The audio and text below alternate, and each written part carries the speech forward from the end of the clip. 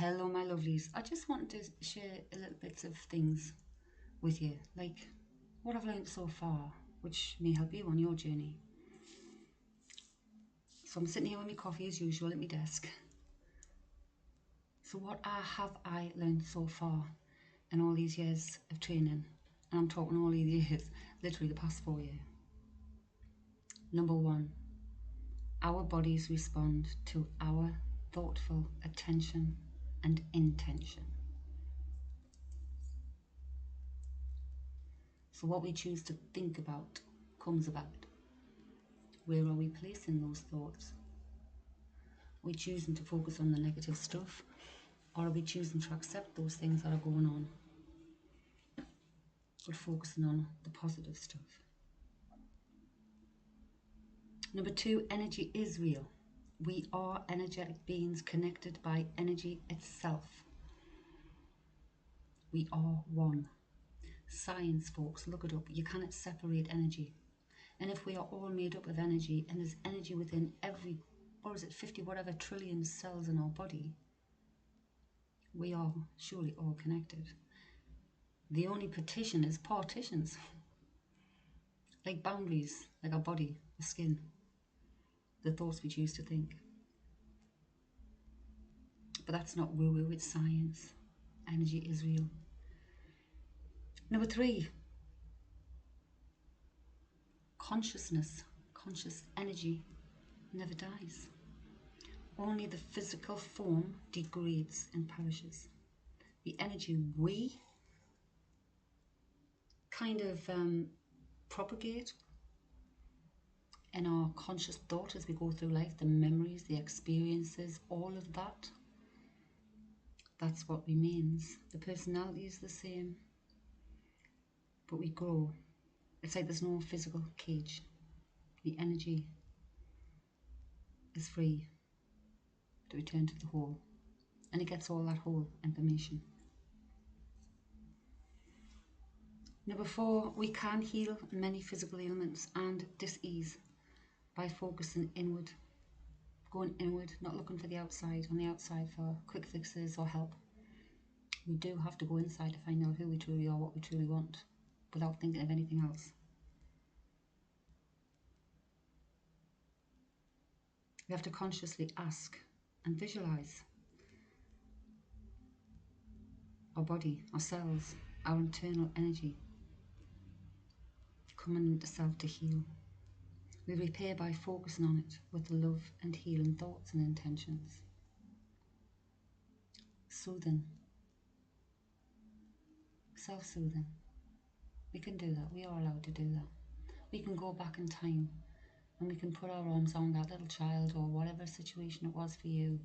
Put our arms around that child, that person, that situation. And we can give it comfort. And we can let it go. 5, karma is bloody real. Good karma and bad. We do reap what we sow. We can't outwit it, and we can't outrun it. And if we don't pay for it in this lifetime, we will in the next.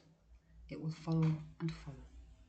And if we don't learn our lessons in this lifetime, we will continue to keep coming back in the same kind of situation until we've learned.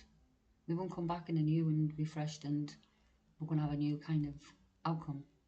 We're going to have the same until we learn. Number 6, love and kindness is everything. That's it. That's it. And that's all the light is. It's love, kindness, compassion, grace. It's all the beautiful things you would imagine. And that's what we are at the base of everything. Because nothing else matters. It's the love we have for family, for friends, for society at large, for the animal kingdom. And it's that loving energy we share with life. Number 7, the importance of stepping back from that hectic life. Taking a breath. Taking a breath. Breathing in that energy. It doesn't just oxygenate the lungs and the body. But you're bringing yourself into peace, into comfort, and you're breathing in that energy. And sometimes when we take a step back, you see things from the outside, so to speak. You see things from a new perspective.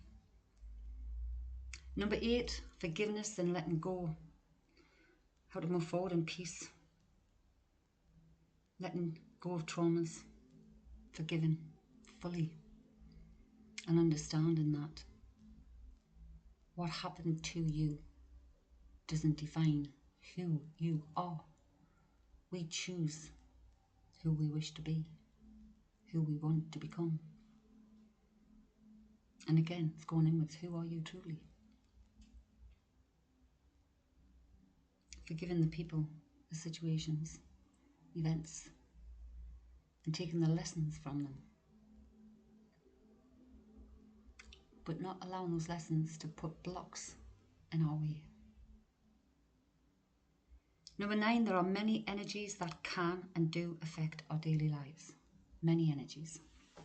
And we just have to look at the way the sun patterns work, the moon patterns work, the cycles of everything it affects. We are built up of a lot of water inside. So yeah, the moon affects the waters, affects our emotions. The sun gives us energy. If we don't get enough sunshine, we don't get enough spark, so to speak, we're not getting our battery recharged, we're going to feel down, we're going to feel depressed, we're going to feel same as if we're not putting the proper foods. So in the winter times when we're not getting that sunshine, what do? I found the sad lamps very useful. Uptake your vitamin D. But it's literally, we are affected by the energies and the people around us, their energies. Number 10, how meditation in all of its forms opens up a whole other world of connection. Because how many times in life do you give yourself the moment to just stop and do nothing? Just absolutely do nothing. Bring your focus into just be, breathing, and just being open. Open.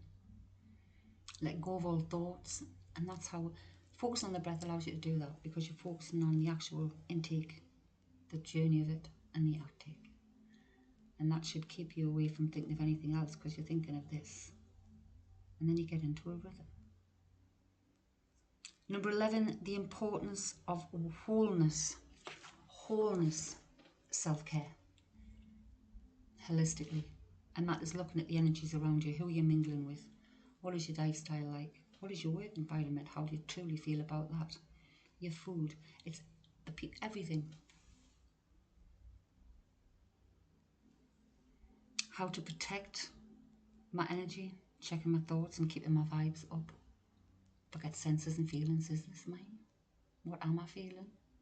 What's the thought behind that feeling? And for me, that's like finding out, is this me, or is it an energy giving me something?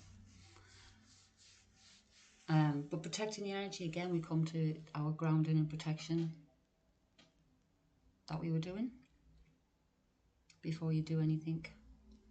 And just protecting the energy all the time by not hanging out with negative people that drain you, not watching negative things that upset you and play on your mind. Stop scrolling and paying attention to nonsense. And I've discovered that you can connect with past people because they're all part of the conscious energy that we're all part of. But it takes that stillness, that peace, that quietness to be able to get there.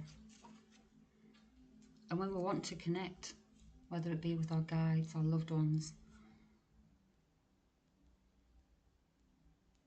there's other things other than meditation, cards or pendulum. Try writing. Try just sitting with an open mind, with a pen in your hand, with the paper next to you. Or anything that comes to mind, just write it down. Just let your pen flow without thinking. Let it flow. Same, sketching, automatic sketching. It's the same thing. Don't think about it. Just sit with your pen in your hand with your paper. And if you start doodling, allow it to doodle. Don't think about what you're doodling. Just let it happen.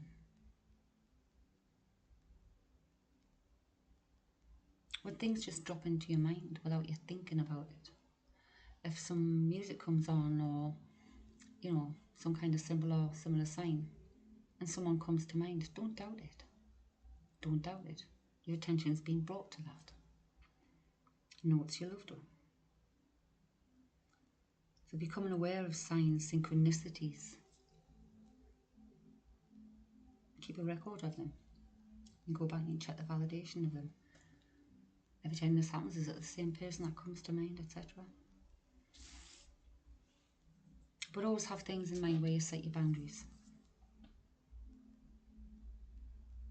So your boundaries are, what is it you want to experience? When you're using your gifts, and we're talking about gifts, protection and grounding, always. Always check in with your current active guides. Guides can change. Sometimes a seasonal guide can come in. So when a seasonal guide can come in, you can ask, what is that guide? Why do I need this guide? You can even ask which can be more helpful in this situation. Number 4, protecting your own energy. Again, you can imagine an energy bubble, as if you're walking around in this energy protective bubble of light. Number 5, question your thoughts, question your things, keep a record of them to validate if they keep reoccurring theme. Number 6, don't try to interpret. Just give over what you see, hear, feel, or sense. If it's meant to make sense, it'll make sense to you, or it'll make sense to the other person. Always, always, always, number 7, show respect and gratitude to spirit, to the energy, and to the people who you're reading for, if you're a reader. And always be authentic in your own practices. Create your own code of ethics and stick by them. No exception. And number 9, finally, yourself. Meditate and breathe. Meditate often.